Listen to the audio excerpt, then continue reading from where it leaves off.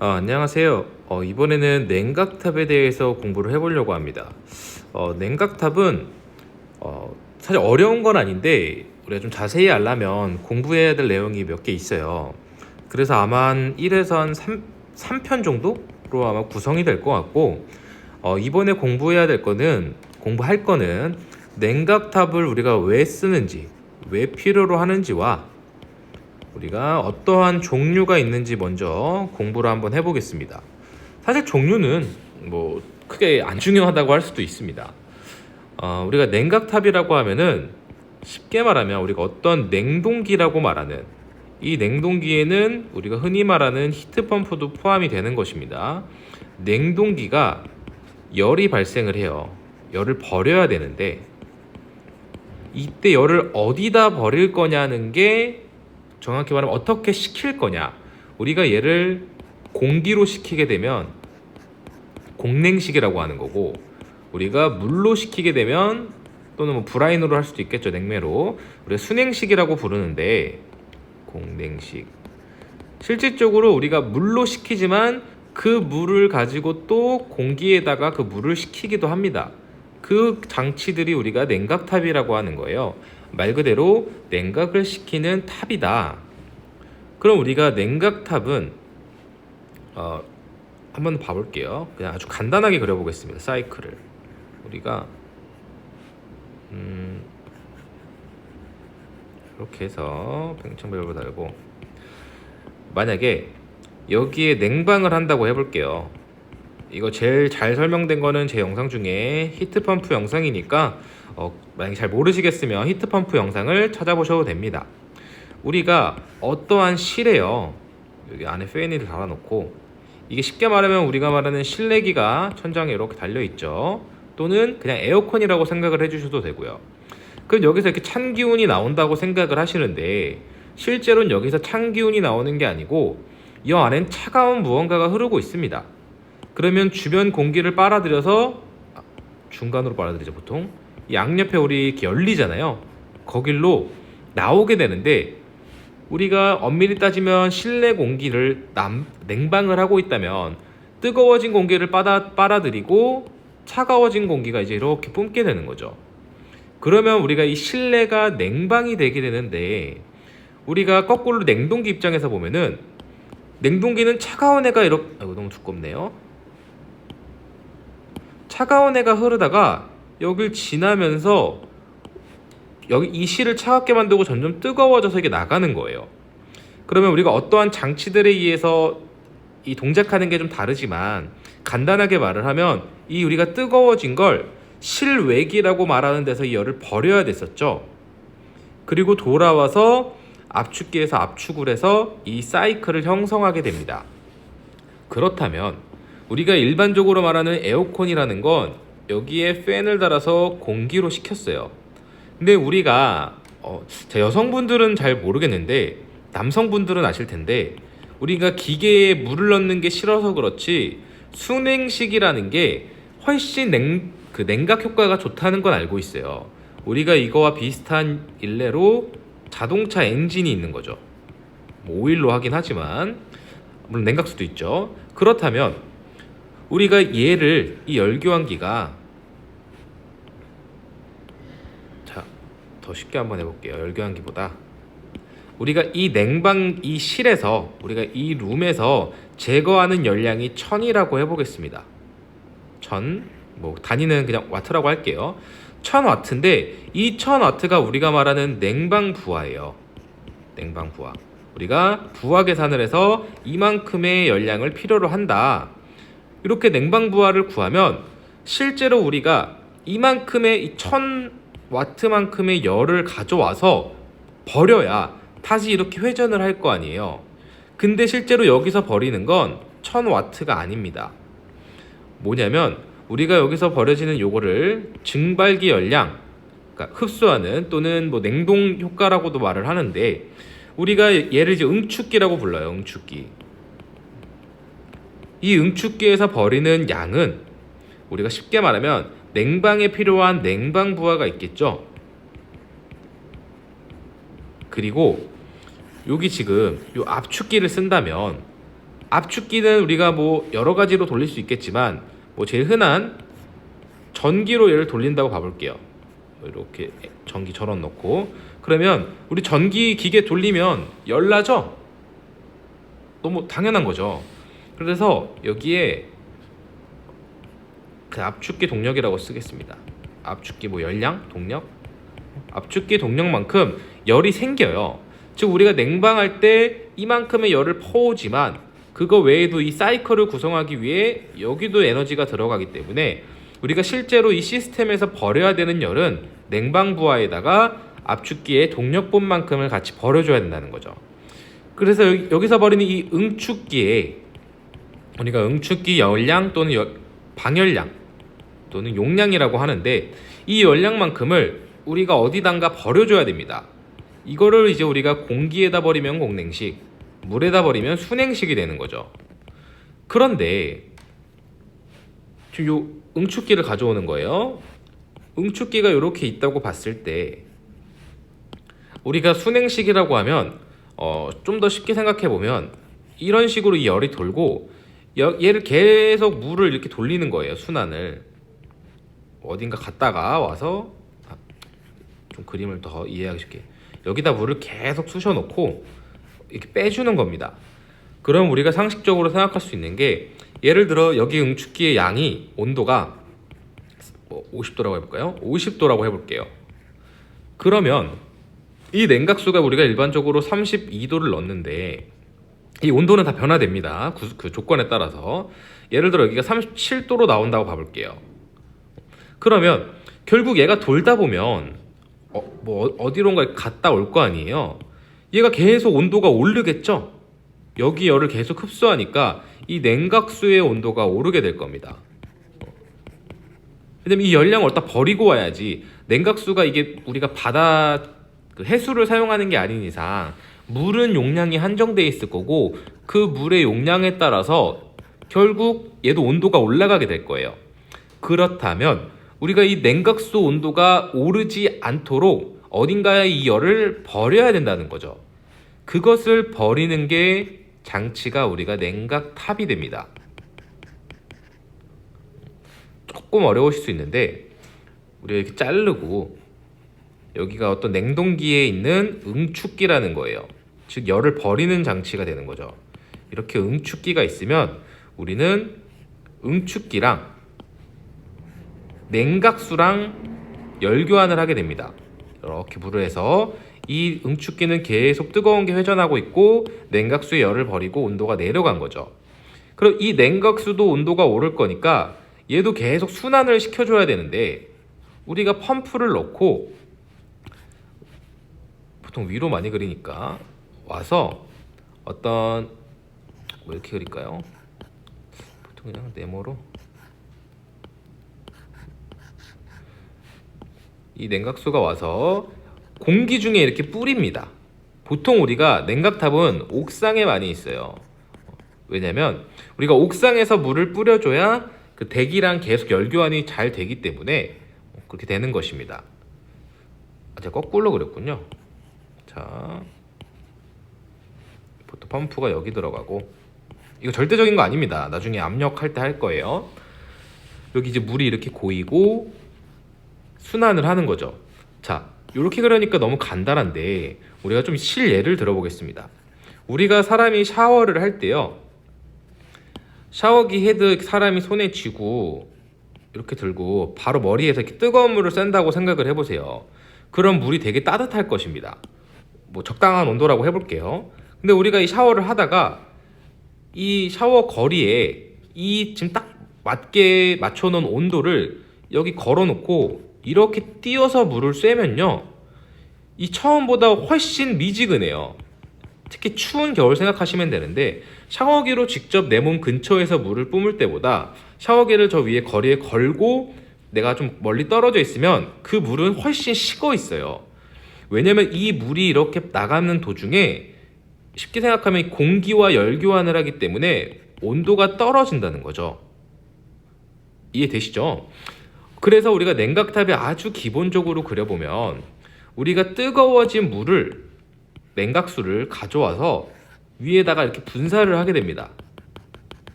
쉽게 쫙 뿌리는 거예요. 구조마다 좀 차이가 있는데, 그러면 우리가 이 옆구리는 이렇게 구멍이 뚫린 거예요. 쉽게 생각하면 그릴이 막 뚫려 있는데, 우리가 밑에 이 물이 여기까지 도달을 하게 되면 이 물이 떨어지면서 그 와중에 공기가 이렇게 흐르기 때문에 훨씬 물이 온도가 떨어진다는 거죠. 예를 들면 37도에서 떨어졌을 땐 거의 32도. 근데 실질적으로 우리가 물이 5도나 떨어지진 않는다는 거예요. 근데 5도는 떨어져야 되는 상황인데, 그래서 우리가 이걸 어떻게 보완을 하냐? 여기다 팬을 답니다. 그래서 팬을 위로 바깥으로 계속 뿜는 거예요. 이 안으로 뽑으면은 물이 다 바깥으로 나가기 때문에 압출식이 있긴 하지만, 우리가 팬을 계속 돌리면 이 공기가 훨씬 많이 이렇게 순환이 될 거고 물이 더 많이 식겠죠. 그리고 우리가 이 물이 샤워기 헤드가 이렇게 있으면요, 물이 이렇게 쏟아지는 동안 열 교환하는 것보다 우리가 예를 들어 이렇게 판때기를 여러 개 설치를 해서 구멍을 뽕뽕뽕 내놓고 물이 바로 떨어지는 게 아니고 물이 여기 모였다가 떨어지고 이렇게 떨어지고, 이렇게 접촉 면적을 늘리게 되면 열 교환이 훨씬 잘 될 거예요.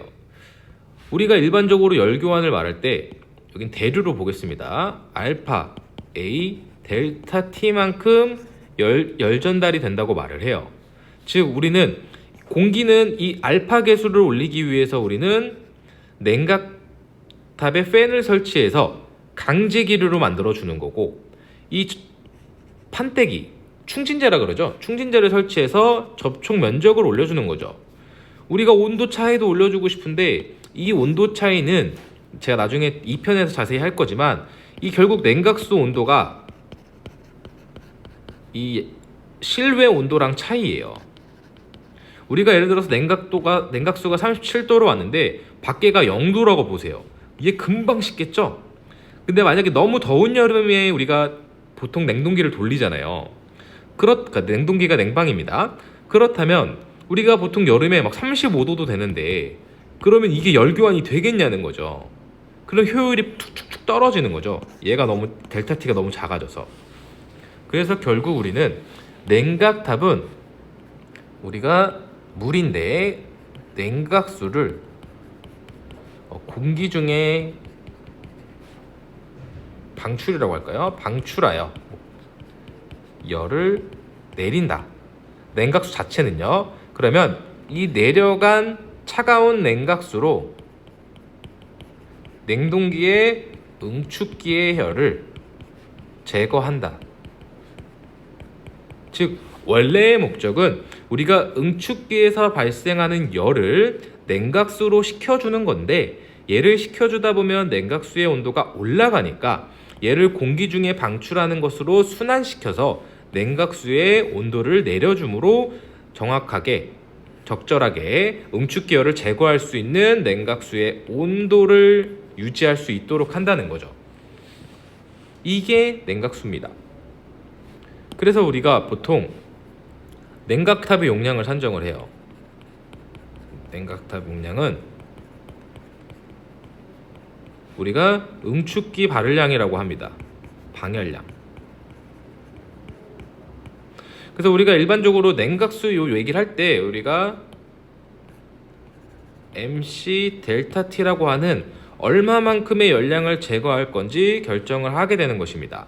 이때 이 델타 T가 쿨링 레인지라고 해서 아까 말한 실외 온도와 냉각수 입구 온도의 차이를 말하는 거고, 이거는 뭐 제가 나중에 2편에서 자세히 해드릴게요. 결국 여기서 발생한 응축기 이 방열량은 우리가 냉동 능력이라고 하는 이 냉방 부하 값에 단위 시간당 냉방 부하가 되는 거죠. 우리가 축동력, 아까 압축기 동력에까지 고려를 해주면 우리가 일반적으로 요 냉동기 용량의 약 1.3배 정도를 봐주게 됩니다. 자, 우리가 일반적으로 냉방 부하를 와트로 많이 표기한다고 하지만 일을 해보시는 분들은 아시겠지만 아직 실제로 킬로칼로리 퍼 아워도 많이 표현이 되고, 우리가 냉동기 쪽에서는 USRT라고 하는 이 RT 값이 가장 많이 사용이 돼요. 그러면 우리가 실제로 냉각수량은 우리가 1USRT당 냉각 수량을 봐보자는 거죠. 이걸 뽑아서 했어야 되나? 좀 고민이 되네요. 한 번 더 복습하는데 간단하게 한번 하고 가볼게요. 우리가 1USRT가 3024kcal이고 우리가 축동력을 고려해줘서 1.3배 해주고 우리가 물의 비열은 1이니까 이거 일반적으로 지금 공학단입니다. 우리가 37도에서 32도의 열을 식히는 걸로 봐주면 얘가 약 786.24kcal 단위가 꼬이네요. 킬로그램 퍼 아워가 되고 얘가 13rpm이 됩니다. 갑자기 설명하다 보니까 나와서 해드렸는데 이거 제가 다음 영상에서 자세히 해드릴게요. 무슨 말이냐면 1USRT당 냉각 수량은 13rpm이 필요하다는 뜻입니다. 그냥 제가 쿨링 레인지랑 하면서 같이 해드리는 게 좋았을 텐데 설명하다 보니까 그냥 같이 나왔네요.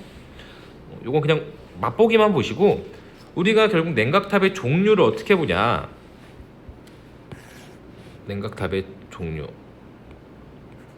또 분류라고 해도 되고, 그러니까 아셔야 되는 게 우리가 전기를 쓰는 냉동기들과 그 외에 제일 대표적인 흡수식 냉동기는 냉각탑 용량을 선정하는 데 좀 차이가 있습니다. 이건 제가 나중에 해드릴게요. 우리가 냉각탑이라고 하면은 많이 이제 구분을 하는데 뭐 대기식, 자연통풍식, 강제통풍식 이런 식으로 구분을 하고 있습니다. 자,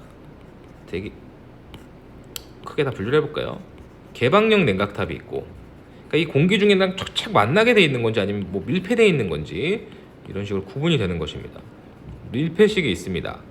그러면 개방형에는 우리가 크게 세 가지로 나누는데, 대기식, 그냥 공기랑 알아서 열 교환하라 이거예요. 제일 간단한 거고, 그 다음에 자연통풍식, 얘는 실제로 말하면 연돌 효과를 이용한 것입니다. 뭐 또는 부력을 이용했다고 할 수도 있겠네요. 그 다음에 강제통풍식이 있습니다. 아까 제가 냉각탑 위에 팬 달았죠? 팬 달면 강제통풍식이고 팬 없으면 대기식이 거의 되는 거고, 우리가 일반적으로 쓰는 건 다 강제통풍식인데요. 뭐 제가 자세히는 안 쓸게요. 우리가 보통 대항류형이라 직교형을 많이 쓰고 있습니다. 뭐 압입식, 흡출식 이런 게 있는데 뭐 별로 중요하진 않고, 하나씩 봐보자면 우리가 대기식은 밖에다 이렇게 물을 뿌리는 거예요. 뭐 어디서 왔든, 뭐 여기서 왔다고 해볼까요?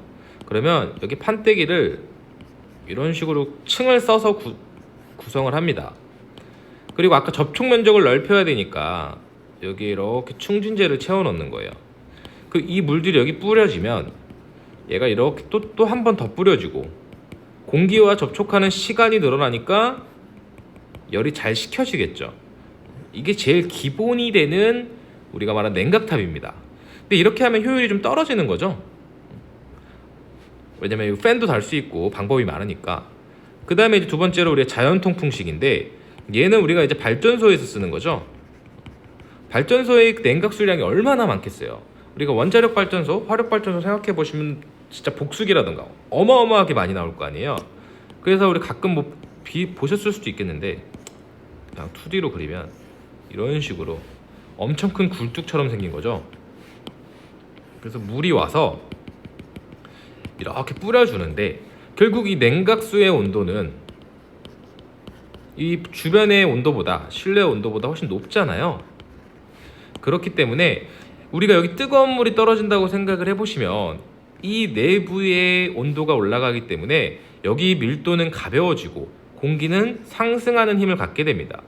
그럼 공기가 상승하니까 외부에서 차가운 공기가 상대적으로 실외 온도로 식히게 되는 거죠. 얘는 엄청 큽니다. 우리가 진짜 보신 분이 있을 수도 있겠는데, 우리가 생각하는 정도의 규모가 아니고 뭐 아파트만 하다던가 그런 식으로 생각을 해주시면 됩니다. 물론 여기 중간에 이렇게 충진물을 넣겠죠. 상대적으로 열 교환이 잘 되도록 항상 시간을 교정해 줘야 되기 때문에. 그 다음에 이제 대항류형, 직교류형이 있는데, 어떻게 그려야 될까요?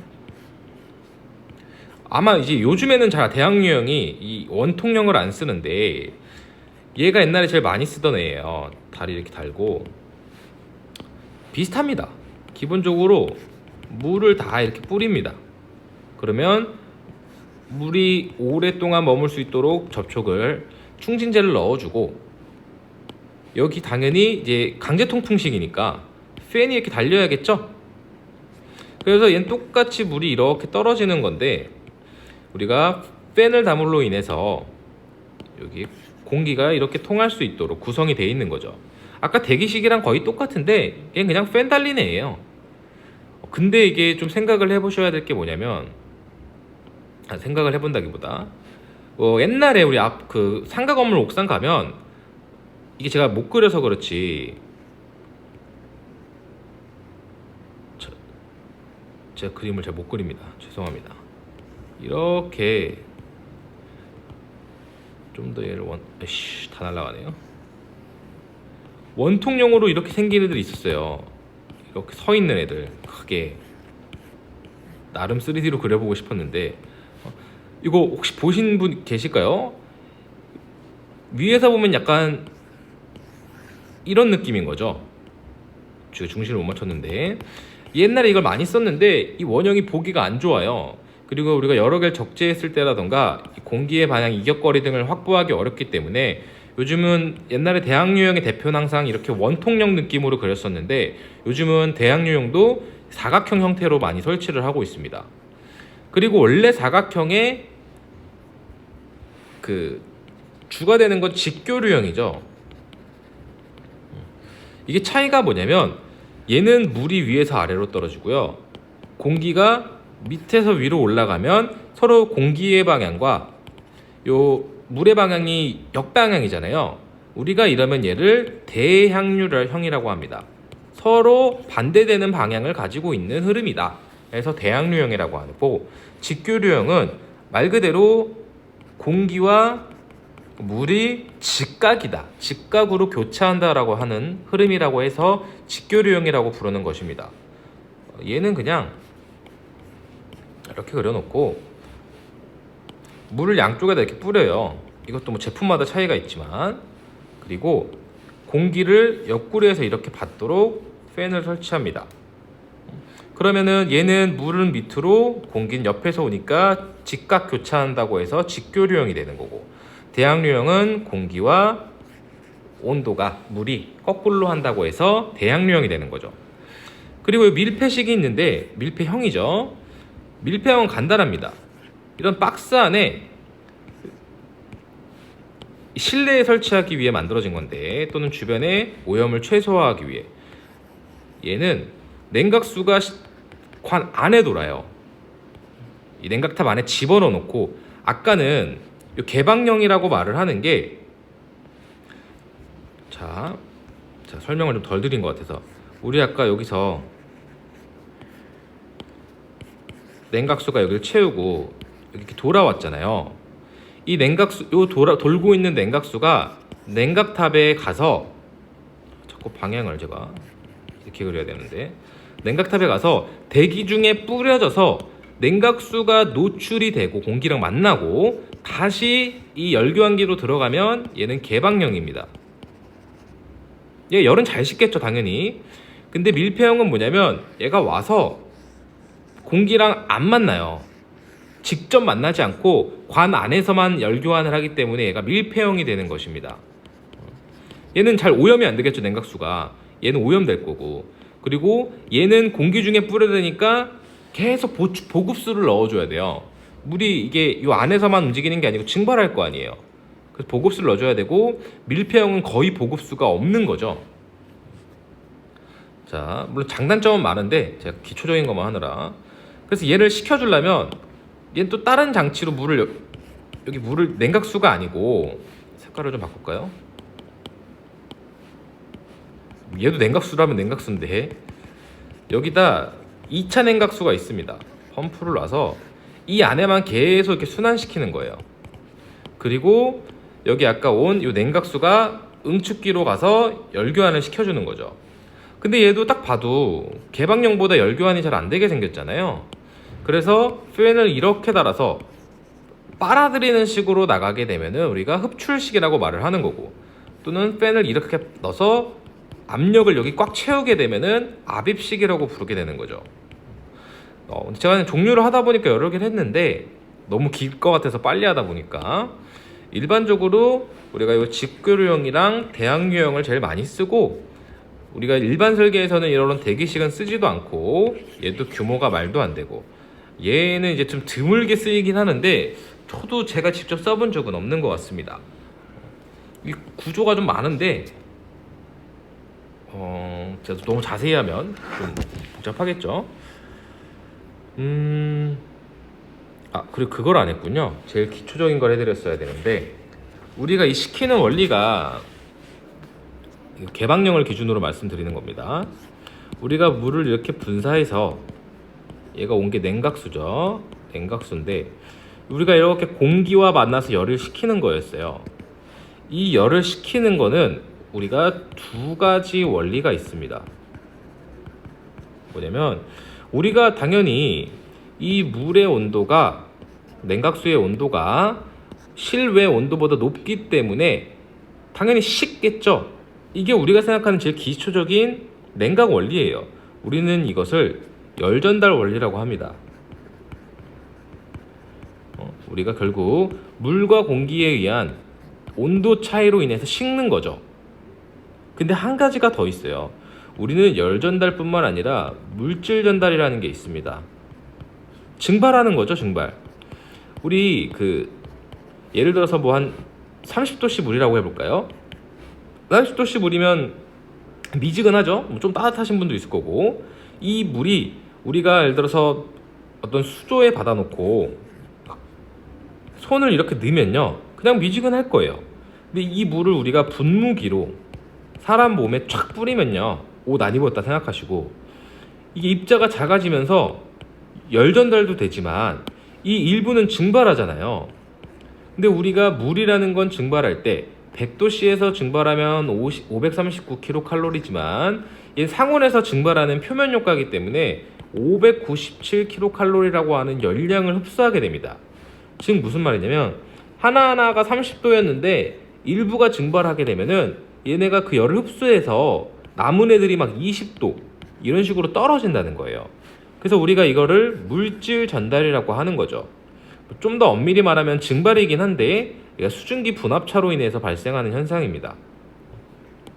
이해되시겠죠? 그래서 우리가 쉽게 생각하면, 사람 몸에 물 발라놓고 증발되면 춥잖아요. 그거랑 똑같은 원인이 개념입니다. 물 위에 물이 발라져 있고 위에 물이 증발하면 밑에가 추워진다고 생각하시면 됩니다. 이게 냉각탑의 가장 기본 원리입니다. 뭔가 오늘 좀 중구난방한 것 같은데, 제가 영상 시간이 엄청 길어질 것 같아서 마음이 좀 급하게 하다 보니까 약간 아쉬운 게 있네요. 제가 이거 2편, 3편 뭐 이런 식으로 보충할 거니까 냉각탑은 이런 거구나, 이렇게 좀 생각을 해주시면 될 것 같습니다. 오늘도 감사합니다.